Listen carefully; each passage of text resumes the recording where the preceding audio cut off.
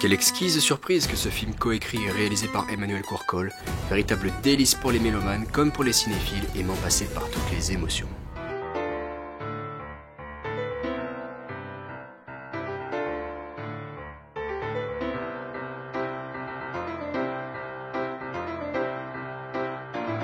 Voici donc l'histoire de Thibaut, chef d'orchestre de renom, dont la vie bascule lorsqu'on lui annonce qu'il a une leucémie. Il a un besoin urgent d'une greffe de moelle osseuse, et par le fruit de ce malheureux hasard, il découvre qu'il a été adopté et qu'il a un frère qui vit dans le nord de la France, Jimmy. Ce dernier trime dans une cantine et est membre de l'harmonie fanfare de sa ville, où il joue du trombone. Les deux frères, réunis par cette transplantation que Jimmy finit par accepter, vont alors apprendre à se connaître et à s'apprivoiser, eux que tout semble opposer, sauf la musique. Des contrastes et questions qui séparent Thibaut et Jimmy naît une fraternité d'abord timide, puis d'une solidité et d'une sincérité remarquables. Les deux hommes, d'une authenticité poignante avec chacun leur peur et leur réalité, partagent leur amour inconditionnel pour la musique, l'un dirigeant des orchestres prestigieux, l'autre ayant l'oreille absolue, mais les deux adorant aussi bien Miles Davis que Dalida ou Mendelssohn. Or, si le long-métrage aurait pu faire croire à un énième film social sur un Nord souffrant de la désindustrialisation et bien éloigné de la somptuosité des Hauts-de-Seine, il va bien au-delà de ça.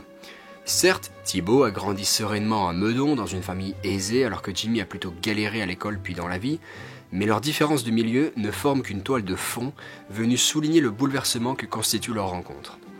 Alors oui, Jimmy envie et jalouse par moments l'existence peut-être disons plus riche qu'aurait Thibaut, et Thibaut parfois paraît paternaliste et déraciné vis-à-vis des réalités de Jimmy, mais les deux frères restent conscients que ce sont bien leurs destins, d'abord divergents, qui finalement se heurtent, s'entrecroisent et s'unissent.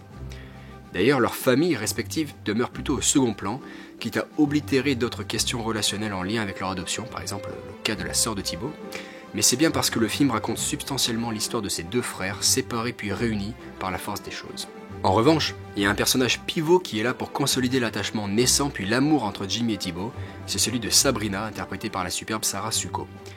C'est véritablement elle, la proche amie de Jimmy, qui soutient l'arrière-plan sociétal, qui sépare puis réunit les deux frères avec son implication d'abord discrète puis enthousiaste, tant dans leur retrouvaille que dans le conflit social que génère la fermeture de l'usine locale. Mais ce sont bien Benjamin Lavergne et Pierre Lautin qui portent l'énergie du film, tous deux d'une sincérité puissante et attendrissante, et qui parviennent à autant nous faire rire qu'à nous faire couler quelques larmes. Le point d'orgue de cette émotion transmise par les deux acteurs est certainement la succession des deux scènes où est fredonné puis joué l'iconique Emmenez-moi de Charles Aznavour, même si d'autres chansons apportent aussi leur lot de joie, de pleurs et de colère. Car c'est un film qui demeure éminemment musical, où se côtoient sans dissonance aucune du jazz et du classique, et avec une scène finale incroyablement touchante sur un boléro multistyle de Maurice Ravel.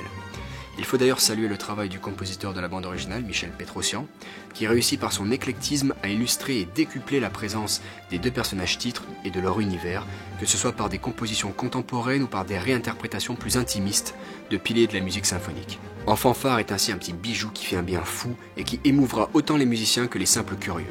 Traitant des fractures intérieures, interpersonnelles et sociales dont on peut en réalité se défaire, le film est une belle leçon d'humanité où l'amour peut panser certaines blessures, tout comme la musique. À écouter et regarder avec délectation.